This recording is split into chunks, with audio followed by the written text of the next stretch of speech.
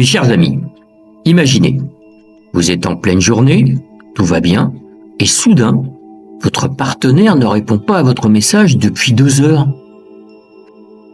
Instantanément, votre esprit bascule. Il ou elle m'en veut, en a marre, c'est la fin. Votre cœur s'emballe, votre concentration s'effondre et vous voilà à ruminer des scénarios catastrophes pendant des heures. Ridicule ? Peut-être. Mais c'est exactement ce que vivent des millions de personnes piégées dans la dépendance émotionnelle. En France, une enquête YouGov pour Psychologie Magazine révélait déjà en 2019 que 31% des répondants avaient ressenti une forme de dépendance affective dans leur relation. Et les chiffres sur la santé mentale n'ont fait qu'empirer depuis. Restez avec moi jusqu'à la dernière seconde, je vais vous révéler pourquoi ce piège vous aspire, comment il vous détruit en silence, et surtout, les outils concrets pour vous en libérer définitivement, avec élégance et puissance. Si vous sentez que cela vous parle déjà, abonnez-vous maintenant.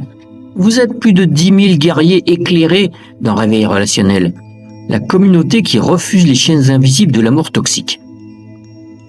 Et commentez tout de suite votre plus grand piège émotionnel.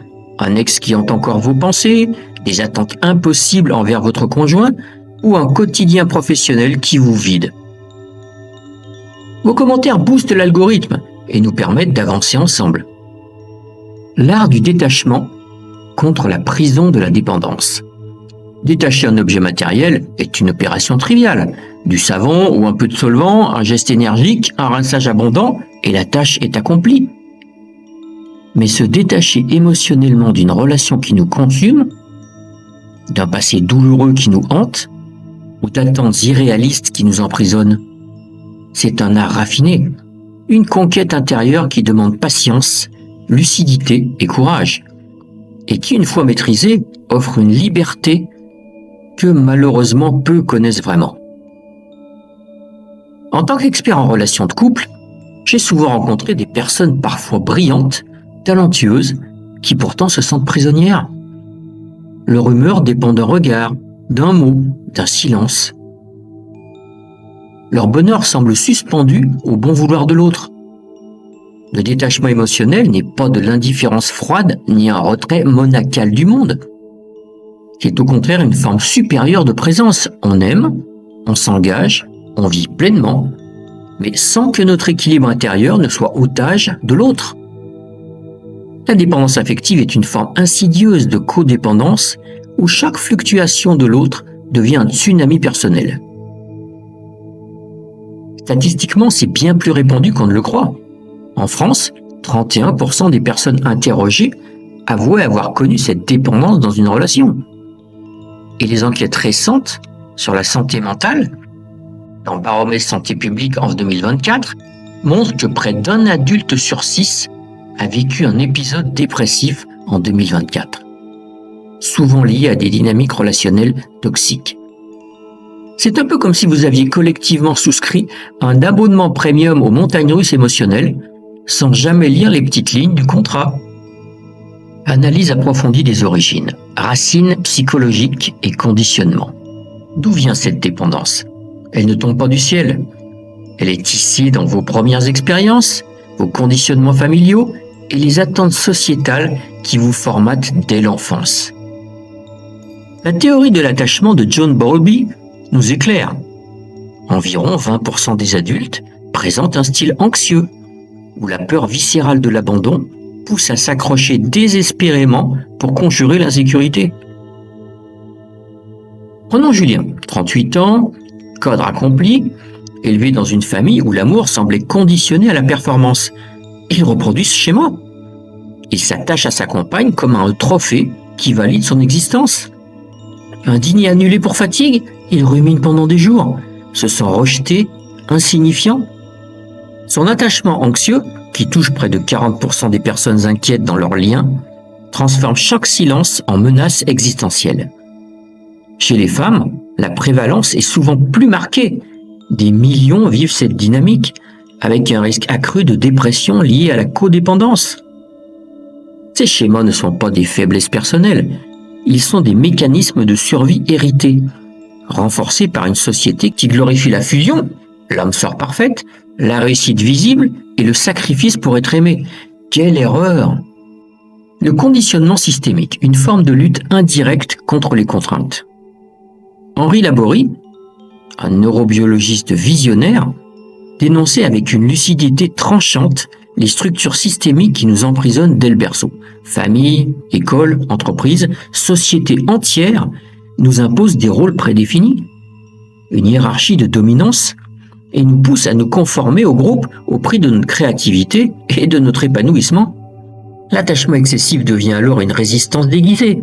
Au lieu d'affronter frontalement nos insécurités et ses contraintes, nous nous accrochons à une personne, un statut, une situation idéale, en espérant que si tout se déroule comme prévu, nous serons enfin en sécurité, valorisés, aimés. Mais même en atteignant ces buts, la peur de la perte persiste et la dépendance s'installe durablement. Laborie proposait la fuite silencieuse. Pas une désertion lâche, mais une évasion créative, intellectuelle et émotionnelle. Fuir dans l'imaginaire, l'art, la recherche, la contemplation. C'est s'extraire des hiérarchies oppressantes sans les combattre frontalement, ce qui mène souvent à plus de soumission d'ailleurs. Dans les relations, cela signifie lâcher le besoin compulsif de contrôler l'autre, pour naviguer avec fluidité, en harmonie avec le réel plutôt qu'en guerre contre lui. C'est paradoxalement la voie la plus puissante vers la liberté. La dépendance est un cercle vicieux et a des impacts négatifs sur notre santé et nos relations. Dans cette spirale, nous devenons des feuilles mortes au vent, ballottées par les humeurs d'autrui. Notre valeur fluctue au gré de leurs réactions. Les conséquences sont lourdes. Rumination infinie, nuit blanche, anxiété chronique, dépression. Santé publique en France, en 2024, révélait que 15,6% des adultes ont vécu un épisode dépressif caractérisé récemment, souvent alimenté par ces dynamiques relationnelles. Chez les hommes, la dépendance prédit la dépression via l'anxiété de séparation. Chez les femmes, 25% scorent haut en codépendance liée à des rôles culturels de sacrifice. Humour caustique. Imaginez votre cerveau comme un metteur en scène sadique qui organise un festival permanent de drames intérieurs, avec vous dans le rôle principal. Et la culpabilité en guest star récurrente. Sur le plan neurologique, ce stress chronique bloque la neuroplasticité, fige la rigidité mentale et épuise le corps. Le détachement est l'antidote élégant. Votre équilibre ne dépend plus de l'autre. Ce n'est pas de l'indifférence, mais une maturité émotionnelle qui permet d'aimer sans possessivité. Les bénéfices sont immenses. Anxiété réduite, résilience renforcée, relations plus authentiques. Inspiré du wu-wei taoïste, agir sans forcer, en suivant le flux naturel, plutôt que de le combattre. Démystifions, ce n'est pas fuir la vie, mais choisir une présence libre et créative. Le détachement s'apprend et s'entraîne comme un muscle. Voici 7 exercices que je vous propose, concrets, inspirés de thérapies validées, que je vous détaille sur l'écran. Journaling radical. Chaque soir, pendant 5 à 10 minutes, notez 1 à 3 attentes irréalistes ou très rigides que vous avez eues dans la journée envers votre partenaire, ou envers la relation, ou envers une situation précise. Exemple typique. Il ou elle devrait deviner ce dont j'ai besoin sans que je le dise. On devrait toujours être sur la même longueur d'onde sexuellement et émotionnellement. S'il m'aimait vraiment, il ne ferait jamais ça.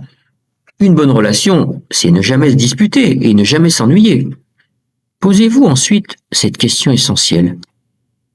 Et si cela ne se produisait jamais? Est-ce que je survivrais? Et comment?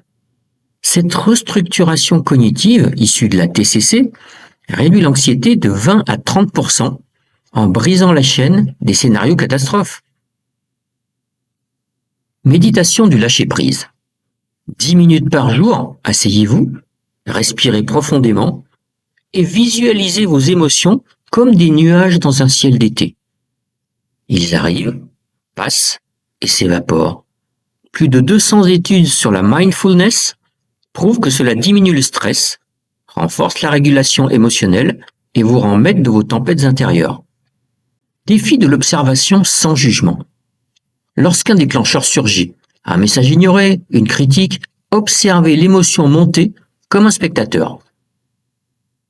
Notez-la, nommez-la. Par exemple, voilà la peur de l'abandon qui arrive. Mais sans réagir immédiatement.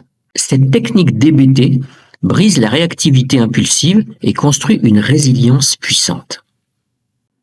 Acceptation radicale. Face à une réalité douloureuse et incontournable, répétez intérieurement « c'est ainsi pour l'instant ». Ça n'est pas de la résignation, mais une reconnaissance lucide et qui libère une énergie folle. Les recherches montrent que cela accélère la récupération émotionnelle et réduit les ruminations. Activité physique comme diversion élégante. Marche contemplative, course, yoga, bougez votre corps pour canaliser l'énergie émotionnelle. Cet exercice réduit le stress de 26% en moyenne et favorise une distanciation naturelle des pensées toxiques. Diffusion cognitive. Voyez vos pensées comme un fleuve tumultueux. Observez-les défiler sans plonger dedans. Issu de l'ACT, cette pratique augmente la flexibilité psychologique et vous aide à vivre selon vos valeurs plutôt que selon vos peurs. Pratiquez ces techniques. N'essayez peut-être pas de les pratiquer tout en même temps, mais essayez-les l'une après l'autre. Trouvez celles qui vous conviennent le mieux et vous pouvez les combiner entre elles. Lorsque vous aurez fait ces essais, dites-moi en commentaire ce qui a le mieux marché pour vous. Cela alimentera le dialogue de la communauté et permettra d'aider d'autres personnes. En conclusion, le détachement n'est pas une perte, c'est une renaissance.